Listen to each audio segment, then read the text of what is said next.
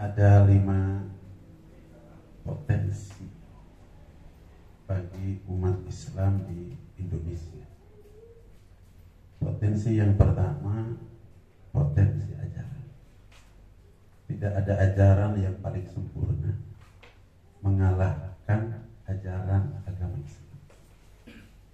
Kita berani mengadu dengan agama-agama yang lain bahwa agama Islam dipastikan merupakan agama yang paling sempurna. Konsep kehidupannya untuk mengatur kehidupan setiap umat manusia dalam rangka memperoleh kebahagiaan di dunia maupun di akhirat. Itu yang pertama. Kemudian yang kedua, umat Islam Indonesia memiliki jumlah yang lebih banyak dari umat yang lain, bahkan dibandingkan dengan negara-negara yang lain. Umat yang terbanyak. Ini merupakan potensi yang sangat luar biasa. Akan tetapi potensi ini tidak digunakan sebagai sebuah potensi yang membuat kekuatan umat. Tadi sudah dibacakan ayatnya, wa'tasimu bihablillahi jami'au wa la tafarraqu. Hendaklah kalian bersatu dengan agama Allah Subhanahu wa taala. Wa la tafarraqu, dan sekali-sekali jangan bercerai-berai. Saya kalau lihat ini ayat yang pertama, Allah Subhanahu wa taala memerintahkan untuk bersatu. Al-aslu bil amri lil wujub. Asal pada amar itu kedudukan hukumnya adalah wajib. Di dalam ilmu fikih, takrib wajib itu adalah ma yusabu ala fa'lihi wa yu'aqabu ala tarkihi. Sesuatu yang diberikan pahala ketika diamalkannya dan diberikan siksa ketika ditinggalkan. Nah, sesungguhnya umat Islam Indonesia hari ini sedang mendapatkan siksaan daripada Allah Subhanahu wa taala dari akibat meninggalkan perintah untuk bersatu, malah sebaliknya bercerai-berai. Kita ini sedang menikmati siksaan daripada Allah Subhanahu wa taala karena kita telah lari daripada ajaran agama Allah Subhanahu wa taala, khususnya dalam kesatuan dan persatuan. Dan kalau kita berbicara bersatu di dalam agama itu, maka 14,5 abad yang silam Rasulullah Shallallahu Alaihi Wasallam pernah bersabda di dalam salah satu hadisnya, "Sataftariqu ummati bisalasi wasab'ina firqatan kulluhum finnar illa wahidan al-jamaah." Akan berpecah nanti umatku sampai kepada 73, seluruhnya masuk ke dalam api neraka illa wahidan, kecuali satu, al-jamaah.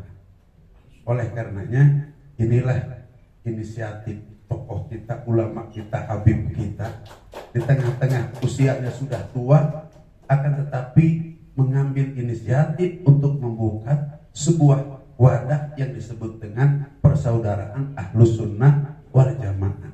Yang dimaksud al-Jamaah itu adalah Ahlus Sunnah wal Jamaah. Ketika berbicara Ahlus Sunnah wal Jamaah, pasti semuanya orang akan berada di situ karena takut diajab oleh Allah Subhanahu wa taala kalau masuk kepada firqah-firqah yang lain. Bahkan di sebelah sana ada sesungguhnya firqah yang ketika kita melihat kriteria Ahlus Sunnah wal Jamaah, dia bukan Ahlus Sunnah wal Jamaah, akan tetapi kekeh bahwa saya adalah Ahlus Sunnah wal Jamaah. Kemudian potensi yang ketiga adalah potensi kekayaan. Kekayaan Indonesia ini kenapa oleh Timur dan Barat diperebutkan? Karena tidak ada kekayaan di dunia. Negara yang paling kaya adalah Indonesia. Jadi Indonesia ini kalau berbicara soal kekayaan bukan harus ngutang, ketika diolah kekayaan kita bisa ngutangin ke orang. Tapi yang menjadi pertanyaan, kenapa kita ngutang ke orang? Karena kita memang belum sungguh-sungguh mengamalkan ajaran agama kita, sehingga kekayaan yang Allah anugerahkan kepada umat Islam Indonesia khususnya, bangsa Indonesia pada umumnya, Allah belum buka keberkahan. Karena untuk bisa menjadi kaya raya, kemudian kaya raya itu mendapatkan keberkahan, ada syaratnya. Allah 14,5 abad yang silam berfirman dalam Al-Quran, walau anna ahlal qura amanu wattaqau la fatahna alaihim barakatim minas samai wal.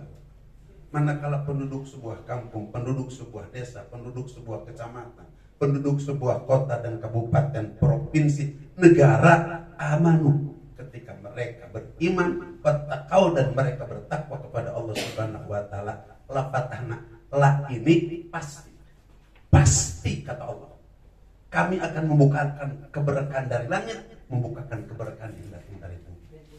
Insya Allah nanti Aswaja inilah dia akan membangun bagaimana masyarakat bangsa Indonesia, khususnya umat Islam, sehingga mereka betul-betul beriman dan betul-betul bertakwa kepada Allah Subhanahu wa taala.